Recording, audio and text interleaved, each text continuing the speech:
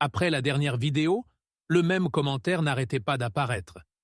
Des centaines d'entre vous ont demandé « Et si je n'ai pas de bois à brûler ?» Alors, je suis allé chercher. Il y a un fût en acier dans un garage du Wisconsin rural, rempli de sable ordinaire, sans fils qui bourdonnent, sans conduite de gaz, sans facture mensuelle. J'ai appuyé ma main contre le côté de ce fût à 23 heures, au milieu du mois de janvier. Il était encore au-dessus de 200 degrés Fahrenheit, 93 degrés Celsius.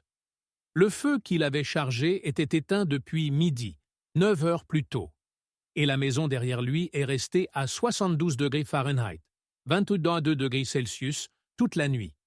L'homme qui l'a construit a dépensé 280 $ une seule fois. Il n'a plus jamais fait de chèque pour le chauffage depuis. Avant la fin de cette vidéo, je vais vous montrer un test de 1822 réalisé dans un château en Pologne, qui a prouvé cette physique si complètement que la seule raison pour laquelle vous n'en avez pas déjà un est que quelqu'un a décidé que vous ne deviez pas en avoir. La première fois que j'ai vu cela fonctionner, ce n'était pas en Finlande, ce n'était pas dans un laboratoire, c'était dans un commentaire YouTube d'un gars. Il a écrit qu'il avait rempli un fût de 55 gallons, environ 200 litres, de sable, y avait inséré un élément chauffant, l'avait branché à un seul panneau solaire, et son garage était resté chaud pendant plus de 24 heures avec une seule charge. J'ai pensé qu'il exagérait, j'ai pensé que c'était une de ces histoires d'Internet qui semblent bonnes jusqu'à ce qu'on essaie. Alors, j'ai commencé à creuser, et ce que j'ai trouvé m'a mis en colère. Non pas parce que l'idée était nouvelle, mais parce que l'idée était ancienne, et quelqu'un l'avait enterrée. Permettez-moi de vous ramener 5000 ans en arrière en Corée, et à un système appelé l'ondol. Le mot signifie « pierre chaude ». Ils construisaient des canaux sous le sol, faisaient passer la chaleur d'un feu externe à travers ces canaux dans d'épaisses dalles de pierre. La pierre absorbait la chaleur lentement, puis la relâchait pendant 12 à 24 heures après l'extinction du feu. Vous allumez le feu au dîner, vous le laissez s'éteindre vers 20 heures, et votre famille dort au chaud jusqu'à 6 heures du matin. Pas de combustible brûlant pendant la nuit, pas de risque, pas de gaspillage. Et voici la partie qui devrait vous déranger. 90% des foyers en Corée du Sud utilisent encore aujourd'hui un chauffage par rayonnement au sol directement issu de l'ondol. Ce n'est pas de l'histoire ancienne conservée dans un musée, c'est une technologie vivante dans l'une des économies les plus avancées de la planète. La Chine avait sa propre version, le Kang, une plateforme en pierre surélevée connectée au foyer de cuisson. Pas plus tard qu'en 2004, 67 millions de Kang desservaient 175 millions de personnes dans 14 provinces du nord de la Chine. Les chercheurs ont documenté des réductions de charges de chauffage entre 50 et 80%. La moitié à 4/5 de l'énergie de chauffage était éliminée grâce à la pierre, la gravité et la patience. Rome a construit l'hypocauste. Vous en avez probablement déjà entendu parler. Des sols surélevés sur des piliers de pierre avec de l'air chaud circulant en dessous. Une ingénierie brillante, mais elle avait un défaut. Elle nécessitait un feu constant, ce qui la rendait coûteuse et exigeante en main-d'œuvre. La chaleur s'échappait aussi vite qu'elle arrivait. Mais c'est là que l'histoire devient intéressante, et c'est la partie dont personne ne parle. Les ingénieurs médiévaux du nord de l'Allemagne, de la Pologne, de la Finlande, du Danemark et de la Suède ont examiné l'hypocauste romain et ont posé une question simple. Et si nous ajoutions de la masse? Et si, au lieu de laisser la chaleur passer, nous la piégions? Ils ont construit des chambres de granit sous le sol. On allumait le feu, le granit absorbait la chaleur jusqu'à ce qu'il brille. On éteignait le feu, on scellait la cheminée, puis on ouvrait des bouches d'aération dans le sol, et la chaleur stockée dans ces pierres rayonnait vers le haut pendant des jours. Une charge de bois de chauffage fournissait des jours de chaleur. Ainsi, ce que les Romains avaient commencé, l'Europe médiévale l'a perfectionné. et la preuve existe toujours. En 1822, des chercheurs se sont rendus au château de Malbork en Pologne pour tester un hypocauste à accumulation thermique qui fonctionnait depuis 400 ans. Ils l'ont alimenté avec 7/10 de mètres cubes de bois d'épicéa, l'ont brûlé pendant 3 heures et demie, ont éteint le feu et ont attendu 20 minutes. Un hall de 850 mètres carrés, presque la taille d'un manoir américain moderne avec des plafonds de 3 étages, est passé de 6 degrés C à 22,5 degrés C, soit de 43 degrés F à 72 degrés F en 20 minutes à partir d'un feu déjà éteint en utilisant un système vieux de 4 siècles. Il fonctionnait toujours. L'Europe médiévale comptait au moins 500 hypocaustes à accumulation thermique documentée. La physique n'a jamais échoué. La physique n'a jamais changé. Elle a simplement disparu de la construction occidentale. J'ai passé beaucoup de temps à essayer de comprendre pourquoi, mais avant d'aborder qui l'a tuée, je dois vous montrer à quoi elle ressemble aujourd'hui. Car une entreprise finlandaise vient de prouver que cela fonctionne à une échelle qui devrait terrifier chaque service public de gaz en Amérique. En 2018, 2 ingénieurs de l'université de Tampere, Tommi Eronen et Markku Ilonen, ont posé une question qui semble presque naïve.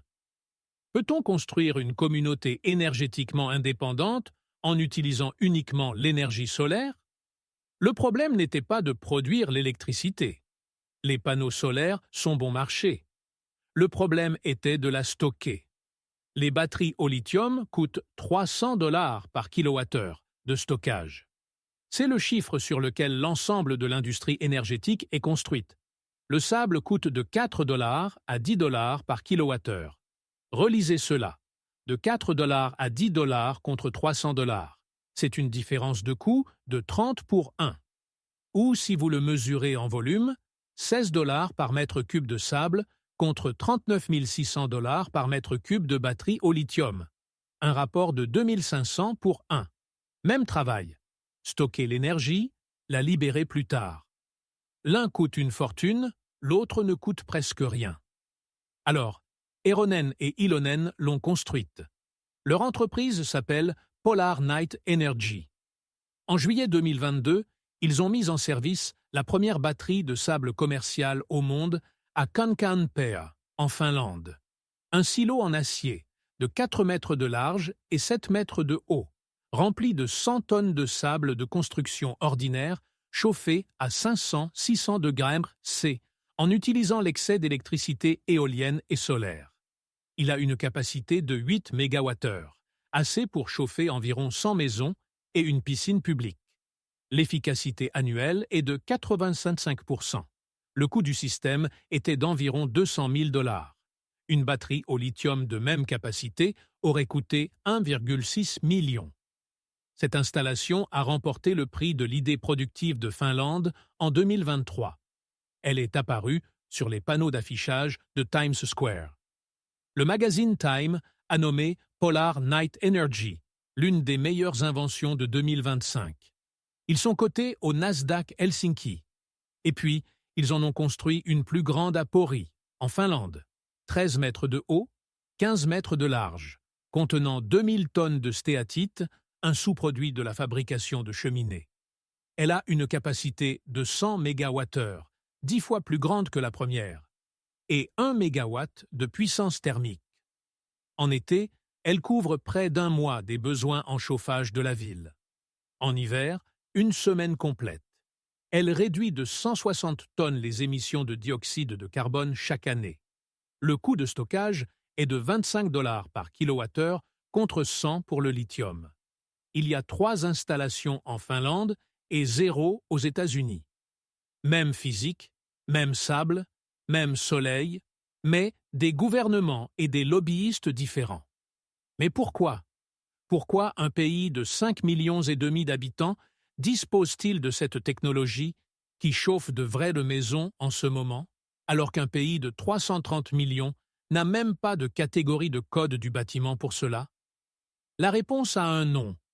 L'American Gas Association, AGA.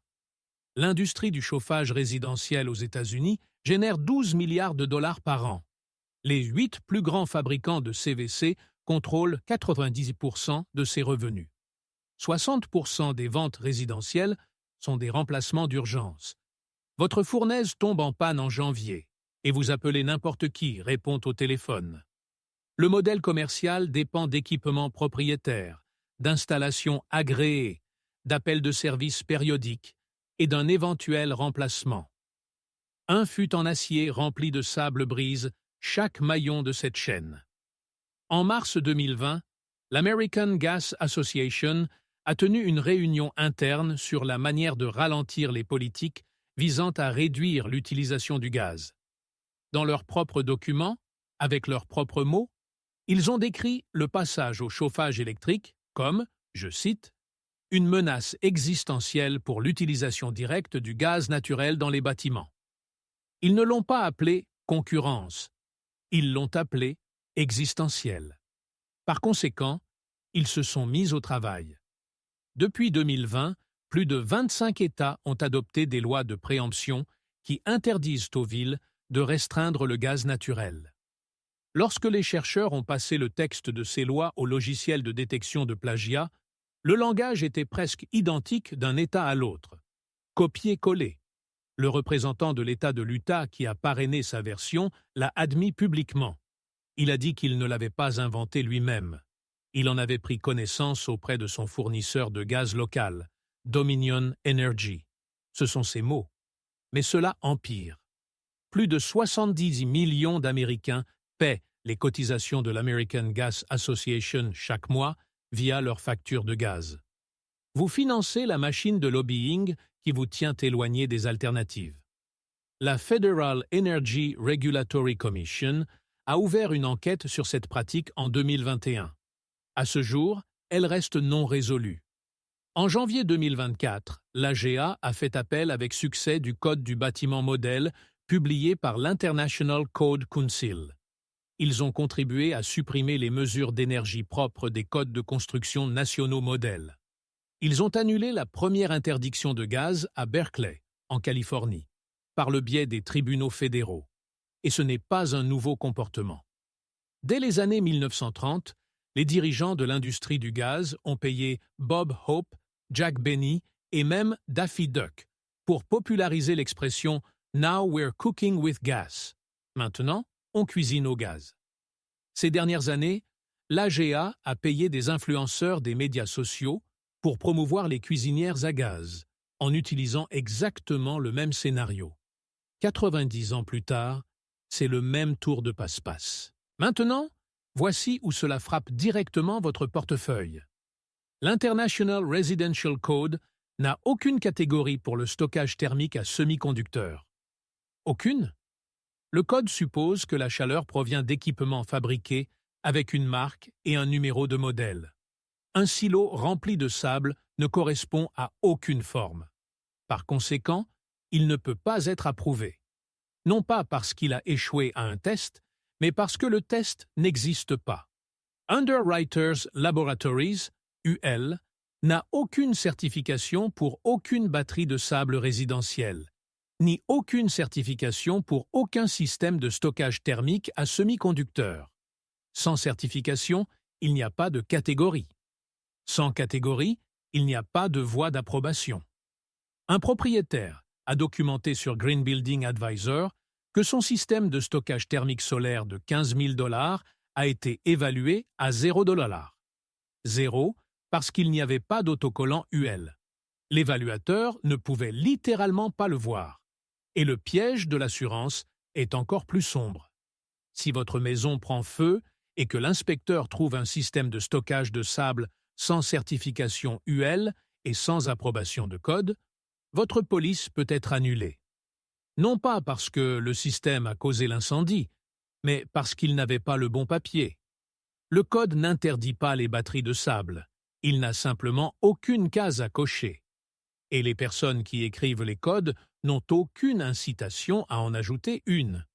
Maintenant, si vous possédez déjà une maison et que vous pensez que cela ne s'applique qu'aux personnes qui construisent à partir de 0, restez avec moi, car cette partie suivante est spécifiquement pour vous. Vous n'avez pas besoin de démolir vos murs. Vous n'avez pas besoin de permis. Vous n'avez pas besoin d'un entrepreneur. Ce que les propriétaires exploitants de ce pays font en ce moment dans les garages, dans les ateliers, sous les porches et dans les dépendances, c'est construire des batteries de sable à petite échelle avec des matériaux que vous pouvez acheter dans un magasin de bricolage et sur Amazon. Un utilisateur du forum Drive on Wood a publié des données de température vérifiées. Sa batterie de sable a atteint plus de 600 degrés Fahrenheit, 315 degrés Celsius. Le lendemain matin, la température la plus basse était de 234 degrés, 112 degrés Celsius, remontant encore au-dessus de 200 degrés, 93 degrés Celsius, pendant plus de 24 heures. Ces matériaux, une marmite lourde et une isolation en fibre de verre, ont coûté moins de 50 $. Sur le forum permis, un constructeur nommé Zootlaws a connecté un élément chauffant de cuisinière directement à un panneau solaire de 250 delphes. Pas d'onduleur, pas de batterie, pas de contrôleur, juste du courant continu dans un élément résistif enfoui dans du sable. Au début du printemps, il a atteint 500 degrés C en quelques heures. En été, il a dépassé 750 degrés à partir d'un seul panneau qui coûtait moins qu'une bonne paire de bottes. Un constructeur en Nouvelle-Zélande sur le forum DIY Solar a installé un système complet sous sa maison en bois. Un fût de 44 gallons, environ 166 litres, a coûté 10 $. Le sable était presque gratuit. L'élément chauffant coûtait 20 $ et le thermostat, 15 $. L'isolation en laine minérale, évaluée à 1000 degrés C, coûtait de 30 $ à 50 $. Un ventilateur et un conduit pour souffler l'air chaud dans la maison coûtaient 50 $ supplémentaires. Le coût total du système installé et fonctionnel était inférieur à 300 $. La physique s'adapte parfaitement. Un mètre cube de sable chauffé de la température ambiante à 200 degrés C stocke environ 67 kWh d'énergie thermique. C'est à peu près 3 jours de chauffage pour une petite maison bien isolée.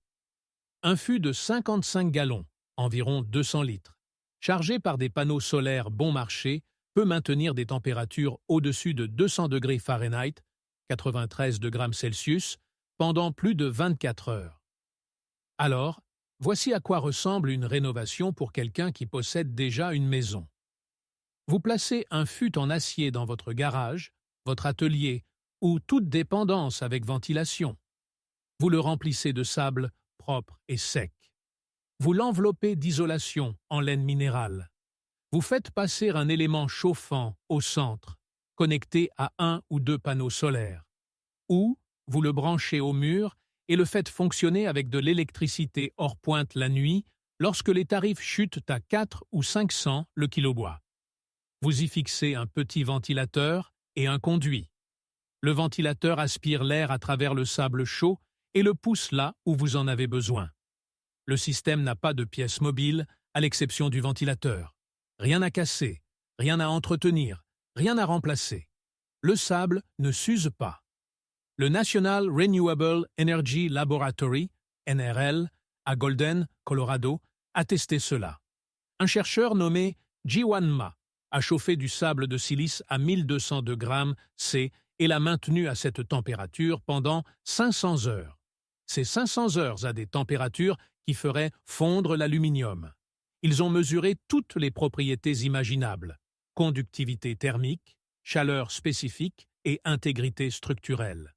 Les résultats, et il s'agit d'une découverte directe d'un laboratoire du département de l'énergie des États-Unis, n'ont montré aucun changement significatif dans aucun paramètre mesuré. Le sable n'a pas vieilli, ne s'est pas dégradé, ne s'est pas fissuré et n'a pas changé. Après 500 heures à 1200 degrés, c'était le même sable. Comparez cela à une batterie au lithium qui perd de sa capacité chaque année et doit être remplacée en 10 à 15 ans. Comparez-le à une fournaise à gaz avec une durée de vie de 15 ans et un coût de remplacement de 2000 $ plus l'installation.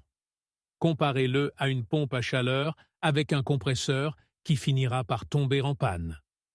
Le sable ne tombe pas en panne. Il reste simplement là, retenant la chaleur, attendant que vous l'utilisiez. Maintenant, je vous ai promis quelque chose au début de cette vidéo. La pièce de cette histoire qui lie tout ensemble. La chose qui aurait dû être évidente, mais qui était cachée à la vue de tous. Vous souvenez-vous du test du château de Malbork de 1822? Vous souvenez-vous de ces ingénieurs médiévaux qui ont amélioré l'hypocauste romain en ajoutant de la masse? Ils ont compris que la clé n'était pas le feu. Le feu n'était qu'un mécanisme de charge. La clé était la pierre, la masse, la capacité d'absorber d'énormes quantités de chaleur et de la libérer lentement au fil du temps. Cette même physique, exactement le même principe, est ce que Polar Night Energy a construit en Finlande 200 ans plus tard. C'est ce que le NRL a testé au Colorado. C'est ce que les propriétaires exploitants construisent dans leur garage, avec des fûts de 55 gallons. C'est ce que la Corée utilise depuis 5000 ans. Le feu a changé. D'abord c'était le bois, puis le charbon, puis le gaz. Maintenant, c'est l'électricité du soleil. Mais le stockage n'a jamais eu besoin de changer, car le sable et la pierre étaient déjà parfaits. L'industrie du gaz n'a pas supprimé une technologie. Elle a supprimé un principe. Le principe selon lequel vous n'avez pas besoin d'acheter du carburant pour toujours. Le principe selon lequel vous pouvez charger une masse une fois et vivre de la chaleur pendant des jours. Le principe selon lequel le matériau le moins cher et le plus abondant à la surface de la Terre fait le même travail qu'une batterie au lithium de 300 $ par kilowattheure. Le ménage américain moyen dépense de 900 $ à 1200 $ par an pour le chauffage au gaz. Sur 30 ans, cela représente de 27 000 $ à 36 000 $ versés à une industrie qui savait depuis au moins 2020, de leur propre aveu interne, que des alternatives comme celle-ci existaient et représentaient une menace existentielle pour leur entreprise. Leur réponse n'a pas été de rivaliser. Ce fut de s'assurer que les codes du bâtiment n'avaient pas de cases à cocher, pas de formulaire, pas de catégorie et pas de chemin. Si cela vous met en colère, et cela devrait, cliquez sur le bouton « J'aime ». Parce que c'est ainsi que cela atteint quelqu'un qui continue d'écrire ses chèques. Un fût de sable de 300 $ sans pièces mobiles, sans entretien, sans dégradation et sans facture mensuelle, connecté à des panneaux qui se remboursent en 2 hivers, contre 36 000 $ sur une vie à une industrie qui a financé 25 lois d'État pour s'assurer que vous n'auriez jamais d'autre option. Ce n'est pas un échec du marché. C'est une décision que quelqu'un a prise concernant votre argent. Maintenant, avant de vous montrer exactement comment construire cela et comment le faire sans demander la permission à personne, je veux vous orienter quelque part. Parce que les batteries de sable sont l'un des 7 systèmes que j'ai documentés qui fonctionnent sur le même principe. Stocker une fois, utiliser pour toujours, pas de facture, pas de contrat de service, pas de remplacement. Ils sont tous au même endroit. Cela s'appelle l'Amish Home System. Le poêle, le mur, l'eau, le combustible. Maintenant, ceci. Tout est documenté, avec les matériaux exacts, les quantités exactes et les étapes exactes, pour une maison que vous possédez déjà. Le lien est dans la description. Mais restez ici, car la construction que je suis sur le point de vous montrer ne nécessite aucun permis, aucun entrepreneur et l'approbation de personne. Et cette dernière partie est le point important. La connaissance n'a jamais été perdue. Les Coréens l'ont conservée pendant 5000 ans. Les Chinois ont chauffé 175 millions de personnes avec elle. Les Finlandais en ont fait une entreprise cotée en bourse. Le seul endroit où elle a disparu, c'est ici, dans le seul pays où l'industrie du gaz avait suffisamment d'argent pour la faire disparaître des codes, des salles de classe et des conversations. Vous l'avez maintenant retrouvée. Je veux vous entendre. Si vous deviez construire une batterie de sable ce printemps, où la mettriez-vous? Garage, atelier, sous le porche? Laissez un commentaire. Dites-moi votre plan. Parce que c'est ainsi que nous diffuserons ce qu'ils ont essayé d'enterrer. Abonnez-vous si vous en avez marre de payer pour quelque chose que la Terre donne gratuitement. La prochaine vidéo ira plus loin. Il existe un matériau moins cher que le sable qui stocke encore plus de chaleur, et un homme dans les Appalaches chauffe toute sa propriété avec depuis 11 ans. Personne n'a encore raconté cette histoire. Nous le ferons. Si cette histoire a changé la façon dont vous regardez le sol sous vos pieds, veuillez vous abonner et aimer la chaîne. Nous déterrons l'histoire qu'ils ont essayé d'enterrer. Construisons un avenir qui ne vient pas avec une facture mensuelle. Le prochain trésor sera bientôt révélé.